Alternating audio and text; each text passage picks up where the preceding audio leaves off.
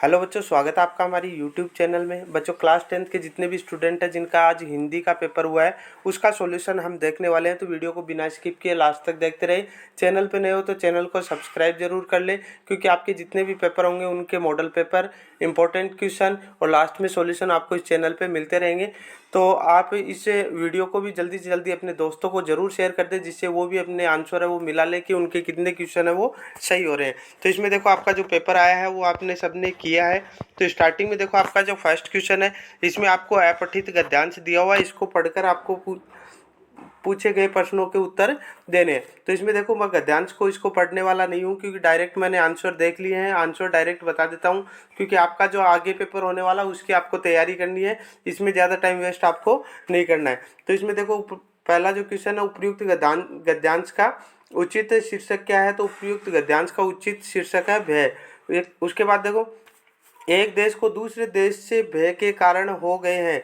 तो भय के कारण है वो क्या हो गए हैं? स्थायी हो गए हैं। उसके बाद देखो अगला जो क्वेश्चन है, सबल और निर्बल दोनों के बीच अनवरत चल रही है। देखो इसके बीच क्या चल रही है? शोषण की प्रक्रिया चल रही है। उसके बाद देखो अगला जो क्वेश्चन है, छात्रवृत्ति किस वृत्ति से भिन्न है? तो ये क्या हो जाएगा? वंशवर्ती से भिन्न, मतलब आपका राइट आंसर हो जाएगा। उसके बाद देखो अगला जो क्वेश्चन है, उच्च व पवित्र आदर्श के लिए किसकी प्रतिष्ठा आवश्यक है? तो उच्च और पवित्र आदर्श के लिए किसकी आवश्यक है? छात्र संघ की। उसके बाद देखो अगला जो है, निम्नलिखित अपठित काव्यांश को पढ़कर पूछे गए प्रश्नों के उत्तर देने हैं। तो ये काव्यांश है, इसको पढ़कर उत्तर देने हैं। तो इसमें देखो आपका 6 का जो पहला क्वेश्चन है, इसमें देखो उपयुक्त गद्यांश के उचित शीर्षक है। तो इसमें देखो उचित शीर्षक क्या है इसका? बचपन है। के अनुसार चिंता के चक्कर में जीवन कैसा बन गया है? तो कैसा बन गया है? भार बन गया है। उसके बाद देखो अगला जो क्वेश्चन आपका, निर्मल शब्द का अर्थ है, निर्मल का अर्थ होता है गंदा या फिर मेला, और यहाँ पे पवित्र क्या हो जाएगा? इसका राइट आंसर हो जाएगा। उसके बाद देखो 9वां जो क्वेश्चन है, उपयुक्त काव्यांश में संताप मिटाने वाला है। तो इसमें देखो क्या हो जाएगा? आपका राइट आंसर स हो जाएगा, बचपन। इसके बाद देखो अगला जो क्वेश्चन आपका 10वां, नंदन वन सी क्या फूल उठी। तो इसमें देखो क्या हो जाएगा? आपका 10वें में आपका द है वो राइट आंसर हो जाएगा, कुटिया। इसके बाद देखो आपका जो 11वां क्वेश्चन है, मैं क्यों लिखता हूँ पाठ में लेखक ने किस विभीषिका का वर्णन किया है? तो इसमें देखो हिरोशिमा के परमाणु विस्फोट का वर्णन किया है। उसके बाद देखो अगला जो क्वेश्चन है, जब बाबूजी रामायण का पाठ पढ़ करते तब हम उनकी बगल में बैठे बैठे आईने में अपना मुंह निहारा करते थे। उपयुक्त पंक्ति किस पाठ से उद्धृत है? तो ये कौन से पाठ से ली गई है? ये ली गई है माता का आंचल से। उसके बाद देखो अगला जो क्वेश्चन है, इसमें आपको रिक्त स्थानों की पूर्ति करनी है। तो इसमें देखो आपका जो फर्स्ट क्वेश्चन है, प्राय गुण दोष अवस्था व्यापार अमूर्त भाव तथा क्रिया कौन सी संज्ञा के अंतर्गत आते हैं? तो ये आते हैं भाववाचक संज्ञा के अंतर्गत, भाववाचक संज्ञा। उसके बाद देखो अगला जो, ऐसे सर्वनाम जिनका प्रयोग वक्ता या लेखक स्वयं अपने लिए करता है तो वे कहलाते हैं, मतलब खुद के लिए करते हैं तो वो क्या कहलाता है? निजवाचक सर्वनाम कहलाता है। उसके बाद देखो, जिस वाक्य में क्रिया का प्रभाव या फल केवल कर्ता पर ही पड़ता है तो उसे क्या कहते हैं? हम अकर्मक क्रिया कहते हैं। क्या कहते हैं? अकर्मक क्रिया। मतलब क्रिया का प्रभाव है वो फल पर या फिर केवल कर्ता पर ही पड़ता हो तो अकर्मक क्रिया कहते हैं। उसके बाद देखो परिमाणवाचक विशेषण के उपभेद हैं। तो परिमाणवाचक विशेषण के कितने उपभेद हैं? एक तो दो है। तो एक तो क्या है आपका निश्चित वाचक, और एक क्या है? अनिश्चित वाचक। ठीक है ना? निश्चित और अनिश्चित वाचक परिमाणवाचक विशेषण। उसके बाद देखो हिंदी भाषा में मुख्यतः कितने प्रकार के उपसर्ग प्रचलित हैं? तो देखो 3 प्रकार के उपसर्ग हैं वो प्रचलित है। उसके बाद देखो, वे प्रत्यय जो धातु या क्रिया के अंत में लगकर नए शब्दों की रचना करते हैं उन्हें प्रत्यय कहते हैं। तो ये कौन से प्रत्यय कहलाते हैं? कृत प्रत्यय कहलाते हैं, कृत प्रत्यय। उसके बाद देखो, निम्नलिखित अति लघुतरात्मक प्रश्नों के उत्तर लिखने। तो देखो इसमें क्या है? यण संधि को उदाहरण सहित समझाना है। तो देखो यण संधि में क्या होता है? जब ई और ए मिलके यह बनाते हैं, ई और ए दोनों मिलके क्या बनाते हैं? यह बनाते हैं, तो वहाँ क्या होती है? यण संधि होती है। जैसे इसका एग्जाम्पल हो गया अत्यधिक। अत्यधिक को हम क्या लिख सकते हैं? अति, अति प्लस अधिक, अति प्लस अधिक। तो यहाँ पे देखो अति, ई, यहाँ पे ई और ए दोनों मिलके क्या बनाएंगे, यह बना रहे हैं। तो यहाँ पे क्या होती है, यण संधि होती है। उसके बाद देखो द्विगु और द्वंद्व समास में अंतर लिखना है। तो द्विगु समास जो होता है उसमें प्रथम पद क्या होता है, संख्यावाची होता है। क्या होता है, संख्यावाचक। प्रथम पद क्या होता है, संख्यावाचक होता है। और द्वंद्व में क्या होता है, दोनों पद प्रधान होते हैं। दोनों पद प्रधान होते हैं, दोनों पद प्रधान। जैसे संख्यावाची में कोई भी ले लो, जैसे चौराहा हो गया, चौमासा हो गया, ठीक है ना।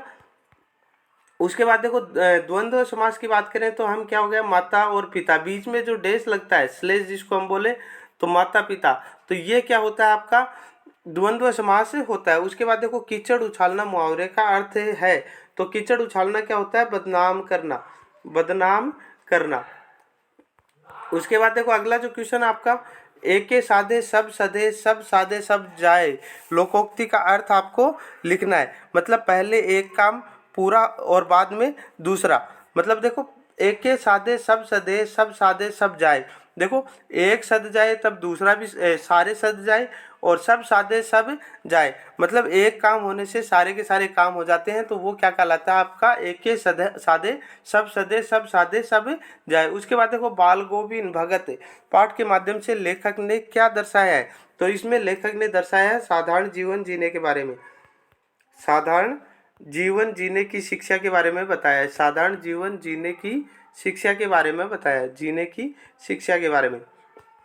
उसके बाद देखो अगला जो क्वेश्चन आपका छठा, नवाब साहब ने खीरे की सब फांकों को खिड़की से बाहर फेंककर तौलिए से हाथ और होठ पूंछकर किस भाव को दर्शाया है। तो इसमें उन्होंने नवाबी भाव को दर्शाया है, नवाबी भाव को दर्शाया है।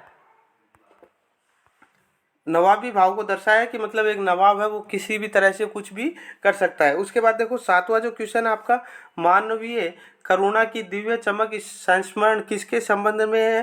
तो ये किसके संबंध में है, फादर बुल्के, फादर बुल्के। उसके बाद देखो अगला जो क्वेश्चन है आठवां, यह एक कहानी, यह भी पाठ में मन्नू भंडारी पर किस किस का प्रभाव अधिक उभर कर आया है। तो इसमें देखो किस किस का, अपने एक तो